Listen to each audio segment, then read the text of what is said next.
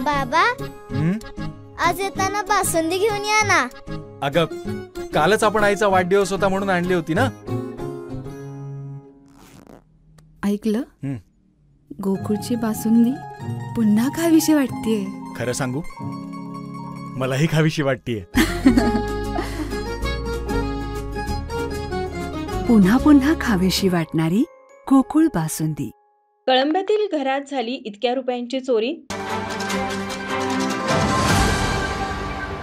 गणेशोत्सवाच्या काळात घरफोडीच्या घटना वाढत असून ॲडव्होकेट राजेंद्र शेळके यांच्या कळंबा येथील गणेश कॉलनीतील राहत्या घरी चोरीची घटना घडली आहे.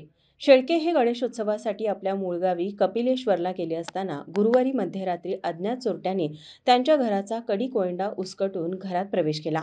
चोरट्यांनी घरातून एक मोबाईल हँडसेट, 40,000 रुपयांची रोख रक्कम आणि एक चांदीचे पैंजण असा एकूण 75,000 रुपये किमतीचा मुद्देमाल पळवून नेला. या प्रकरणी ॲडव्होकेट राजेंद्र शेळके यांनी जुना राजवाडा पोलीस ठाण्यात तक्रार दाखल केली असून दाखल केलेल्या फिर्यादीनुसार जुना राजवाडा पोलीस तपास करीत आहेत. माझा महाराष्ट्र न्यूज, कोल्हापूर.